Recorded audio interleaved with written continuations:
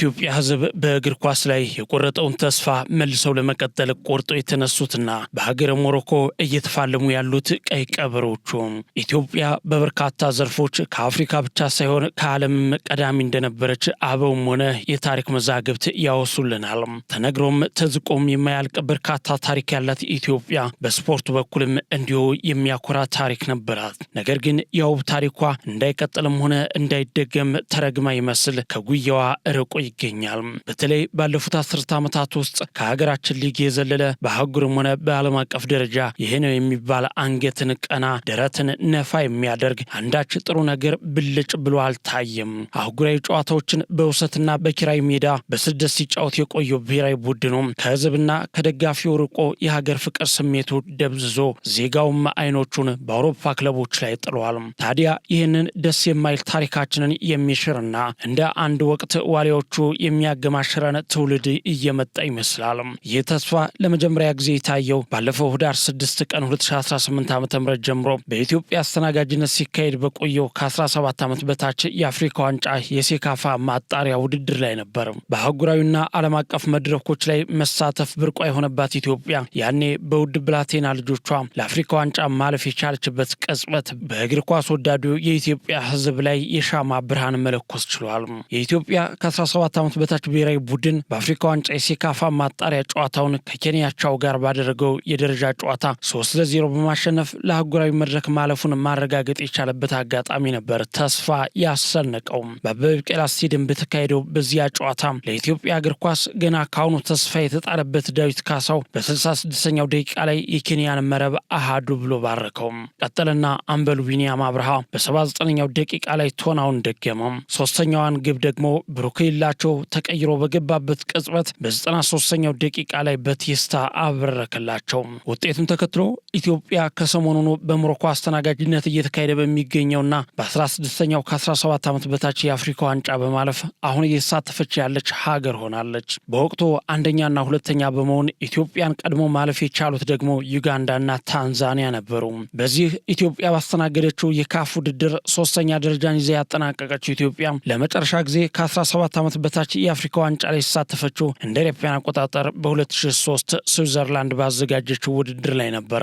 እናም ከ22 ዓመታት ጥበቃ በኋላ እንደገና በውድድሩ ላይ ኬንያን አሸንፋ በማለፍ ዛሬ በሞሮኮ በሚካሄደው ውድድር እየተሳተፈች ትገኛለች። በዚያ ጨዋታ ትልቅ የታሪክ ግጥምጥሞሽም ተከስቶ ነበር። የኢትዮጵያ ከ17 ዓመት በታች ብሔራዊ ቡድን የዛሬ 22 ዓመት ለአፍሪካ ዋንጫ ያለፈው ኬንያን በማሸነፍ ነበር።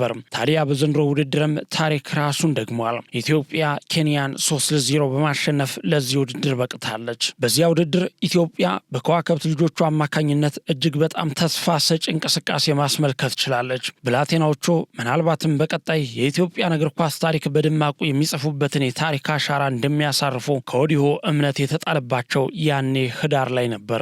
የኢትዮጵያ ከ17 ዓመት በታች ብሔራዊ ቡድን አጥቂ የሆነው ዳዊት ካሳው ደግሞ በአውሮፓ ክለቦች ዘንድ እንደምናየው የሚጠበቅ ተስፈኛ መሆኑን በሚገባ ማሳየት ችሏል። ዳዊት ካሳው በውድድሩ ላይ 8 ግቦችን በማስቆጠር ከፍተኛ ግብ አስቆጣሪ ሆኖም ነበር ያጠናቀቀው። የቡድኑ አምበልና የመሃል ሜዳው ተስፈኛ ተጫዋች የሆነው ቢኒያም አብርሃ በበኩሉ የበርካቶችን ትኩረት የሳበ ኮከብ ነበር። በእነዚህ ወሳኝ ብላቴናዎች የተሰራው ቡድኑ ቀይ ቀበሮቹ በሚል ስያሜ እየተጠራ ያልተደናቀፈ ጉዞውን ቀጥሏል። በህዳር ወር ያስመዘገበውን ውጤት ተከትሎ ለአፍሪካ ዋንጫ መሳተፍ የቻለው ቡድኑ ከሳምንት በፊት ወደ ሞሮኮ አምርቶ ጨዋታውን እያደረገ ይገኛል። ኢትዮጵያ ከ17 ዓመት በታች የአፍሪካ ዋንጫ ላይ ስትሳተፍ ይህ የሞሮኮ ዝግጅት ለአራተኛ ጊዜዋ ሲሆን በመድረኩም የምድብ ጨዋታዎችን በተመጣጣኝ ውጤት መፈጸም ችላለች። በመጀመሪያ የምድብ ጨዋታ ከግብጽ ጋር አቻ የወጡት ቀይ ቀበሮቹ በአዘጋጇ ሞሮኮ ደግሞ 2-1 ተሸንፋለች። በዚህ ጨዋታ ተገቢ የነበረ የፍጹም ቅጣት ምት የተከለከለችና እንዲሁም በጨዋታው ብልጫ ወስዳ የነበረችው ኢትዮጵያ መሪ ሆና በመጨረሻ ደቂቃዎች በተቆጠሩባት ግብ ነበረ የተሸነፈችው። በተጨማሪም በሶስተኛ የምድባቸው ታንዛኒያን የገጠሙት ቀይ ቀበሮቹ 1-0 ድል አድርገው በ4 ነጥብ ከምድብ 3ኛ ደረጃን በመያዝ ተመጣጣኝ ውጤት ይዘው ምድባቸውን አጠናቀዋል።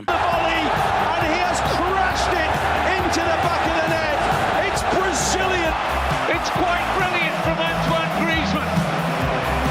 The flag stayed down and he improvised. በዚህም ቡድኑ ምርጥ ሶስተኛ በመባልና ከሌላ ተመሳሳይ እድል ካገኘ ብሔራዊ ቡድን ጋር ጥሎ ማለፍ በመጫወት ለኳታሩ የዓለም ዋንጫ የማለፍ ጥሩ አጋጣሚ አግኝቷል። ቀይ ቀበሮቹ ለዓለም ዋንጫ ለማለፍ ከሞዛምቢክ ጋር የተመደቡ ሲሆን ለዚህ ወሳኝ ጨዋታም እየተዘጋጀ ነው። ብሔራዊ ቡድኑ ከፊቱ ላለበት ወሳኝ ፍልሚያ ዝግጅቱን አጠናክሮ የቀጠለ ሲሆን የፌዴሬሽኑ ፕሬዝዳንት አቶ ኢሳያስ ጅራና ዋና ስራ አስፈጻሚው አቶ ባህሩ ጥላሁንም በቦታው ተገኝተው ቡድኑን አበረታተዋል። ቡድኑ በጥሩ ስለንቦናና ሁሉም ተጫዋቾች በመልካም ጤንነት ላይ እንደሚገኙም ተገልጿል። የጥሎ ማለፍ ጨዋታው ዛሬ ቅዳሜ ምሽት 1 ሰዓት ላይ ከሞዛምቢክ ጋር ይደረጋል። ቀይ ቀበሮቹ ዛሬ ሞዛምቢክን የሚያሸንፉ ከሆነ በዓለም ዋንጫው በቀጥታ የሚያልፉም ይሆናል።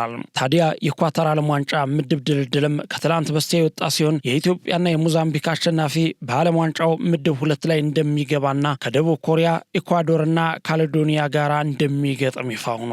የ17 ዓመት በታች ዓለም ዋንጫ በሚቀጥለው ዓመት ህዳር ወር ውስጥ በኳታር አዘጋጅነት ይደረጋል። ታዲያ ኢትዮጵያ ታይታ በማይታወቅበት በዚህ መድረክ መገኘት ትችል ይሆን? ለዋሊያዎቹ ያልተቻለውን ይህንን የዓለም መድረክ ቀይ ቀበሮቹ ይሳካላቸው ይሆን? የእግር ኳስ ወዳዱ የኢትዮጵያ ህዝብስ የራሱን ተወካዮች ብላቴናዎችን በዓለም መድረክ ላይ ለመመልከት ይታደል ይሆን? በእርግጥ ለኢትዮጵያ ህዝብ በእግር ኳስ ደስታ መስጠት እንፈልጋለን ብለዋል አሰልጣኝ ቤንጃሚን ዚመር። ህዝቡ ያለው የእግር ኳስ ፍቅር አነሳስቶኛል የሚሉት የኢትዮጵያ ከ17 ዓመት በታች ቡድን አሰልጣኝ የሆኑት ቤንጃሚን ዚመር የኢትዮጵያን ህዝብ በእግር ኳሱ ማስደሰት እንፈልጋለን ሲሉ መናገራቸው ብዙ ኢትዮጵያውያንን ከእንቅልፋቸው ቀስቅሰው ተስፋን አሳቅፈዋቸዋል።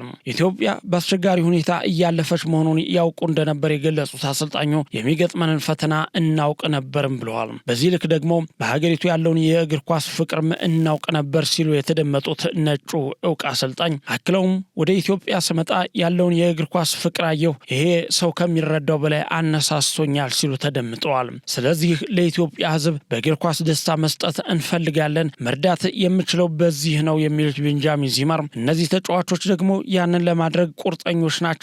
ስለዚህ ማሸነፍ ብቸኛው የምንፈልገው ነገር ነው በማለት የህዝቡን ትኩረት የሳብና ተስፋ ያሰነቀ ንግግር አድርገዋል። ጥሩ እየተዘጋጀን ነው፣ ከፈጣሪ ጋር እናሸንፋለን የሚለው ደግሞ የኢትዮጵያ ከ17 ዓመት በታች ብሔራዊ ቡድን አምበል የሆነው ተስፈኛው ቢኒያም አብርሃ ነው። ይህ ተስፈኛ ተጫዋች ከዛሬ ምሽቱ የሞዛምቢክ ጨዋታ በፊት አስተያየቱን ሰጥቷል። ቢኒያም አብርሃ ስለ ቡድኑ ዝግጅት በሰጠው ቃል ጥሩ ዝግጅት እያደረግን ነው፣ ልጆቹ ተነቃቅተዋል፣ ጥሩ ስሜት ላይ ነው ያለነው ያለ ሲሆን ከፈጣሪ ጋር ጨዋታውን እናሸንፋለን ሲልም ያለውን ተስፋ ተናግሯል። አክሎም ሞዛምቢክ ጠንካራ ተጋጣሚ ነው፣ ጥሩ ተጫዋቾች አሏቸው፣ ጥሩ የፊት መስመር ተጫዋቾችም አሏቸው ብለዋል። የቡድኑ አምበል ቢኒያም ባስተላለፈው መልእክትም እንደ ወትሮ የኢትዮጵያ ህዝብ ጸሎት አይለየን፣ በደንብ ጸልዩልን፣ ሁሉም በየእምነቱ ይጸልይልን በማለት ተናግሯል። በመጨረሻም ቤተሰቦችን አመሰግናለሁ፣ እወዳቸዋለሁ፣ ሁሉንም የኢትዮጵያ ህዝብ እወዳለሁ በማለት ቢኒያም አብርሃ አስተያየቱን ይቋጫል። ይህ አዲግራት ያፈራችው ብላቴና ምናልባትም እድል ከሱ ጋር ከሆነች ወደፊት በአውሮፓ ታላላቅ ክለቦች ሲጫወቱ ልናያቸው ከምንችላቸው ከዋክብቶች መካከል አንዱ እንደሚሆን ይጠበቃል። በምሽቱ ጨዋታም የመሃል ሜዳውን በመቆጣጠርና ሚዛኑን በመጠበቅ ልዩነት ፈጣሪ እንደሚሆን ይታሰባል። ሌላኛው የባህር ዳር ኮከብና የቡድኑ ወሳኝ አጥቂ የሆነው ዳዊት ካሳው በበኩሉ ባለፉት ጨዋታዎች 2 ቢጫ ካርዶችን ማየቱን ተከትሎ የዛሬ ምሽቱ ጨዋታ በቅጣት ምክንያት የሚያልፈው ይሆናል። ወጣት ብሔራዊ ቡድኑ ለዓለም ዋንጫ ለማለፍ ዛሬ ምሽት 1 ሰዓት ላይ ከሞዛምቢክ ጋር ይጫወታል። ተስፈኞቹ የኢትዮጵያ የጨለመ እግር ኳስ ላይ ብርሃን ይፈነጥቁ ይሆን? ኢትዮጵያ የጠፋችበት መድረክ ላይ ደምቀው ይታዩ ይሆን? ዛሬ ላይ ውጤት ያጣንበት፣ ተስፋ የቆረጥንበት፣ ከታች እስከ ላይ ባሉ የዘርፉ ሰዎች ብዙ አተካራ የምንሰማበትና የምናዝንበት እግር ኳሳችን ላይ ደስታን ይሰጡን ይሆን? ኢትዮጵያ በብዙ ነገሮች ከአፍሪካ ቀዳሚና መሪ የሆነች በእግር ኳሱ መስራችና ከመጀመሪያዎቹ የዋንጫ ማዕዶች የተቋደሰች ሀገር ነበረች። ራሷ ያዘጋጀችውን 3ኛውን የአፍሪካ ዋንጫ ከባላንጣዋ ግብጽ ጋር ተፋልማ ማሸነፍ የቻለች፣ በዚያ ወቅት ኢትዮጵያ ለአፍሪካ እንደ ሀያሏ አርጀንቲና ተፈሪ የነበረች፣ ኤርትራዊ ከዋክብቶችን ጭምር በጉያዋ ይዛ በአፍሪካ ዋንጫ ላይ ግንባር ቀደም በመሆን ከመሳተፍ እስከ ማዘጋጀት አዘጋጅታም ዋንጫውን እስከ ማንሳት ድረስ የደረሰች ይህች ታላቅ ሀገር በቀይ ቀበሮ ልጆቿ ታሪኳን መልሳ ታድስ ሲሆን ባንዲራዋ፣ ቀለሟ በዓለም መድረክስ ይታይ ይሆን? እንዲህ ዛሬ በፈዘዘ የእግር ኳስ ድባባችን ላይ ደምቀው ያደምቁን ይሆን? ባንዲራዋ፣ ቀለሟ በዓለም መድረክ ይታይ ይሆን? እንዲህ ዛሬ በፈዘዘ የእግር ኳስ ድባባችን ላይ ደምቀው ያደምቁን ይሆን? የኢትዮጵያ ሕዝብ ፈጽሞ የማይረሳውን ጮቤ የሚረግጥበትን ምሽት ይሰጡን ይሆን? የኢትዮጵያ ብሔራዊ ቡድን ከ31 ዓመታት ጥበቃ በኋላ ወደ አፍሪካ ዋንጫ የተመለሰበትን ዕለት ጥቅምት 4 ቀን 2005 ዓ.ም ያስታውሱን ይሆን? አሰልጣኝ ቤንጃሚን ዚመር እንደ ክብር ኢንስትራክተር ሰውነት ቢሻው አይረሴ ታሪክ ሰርተው በአህጉራዊና በዓለም አቀፍ መድረክ ላይ የጠፋቸውን የኢትዮጵያ እግር ኳስ ፀሐይ ያበሯት ይሆን? መልሱን ምሽቱ ሹክ እስኪለን በቸር ያቆየን። መኮንን አልማው ነበርኩ።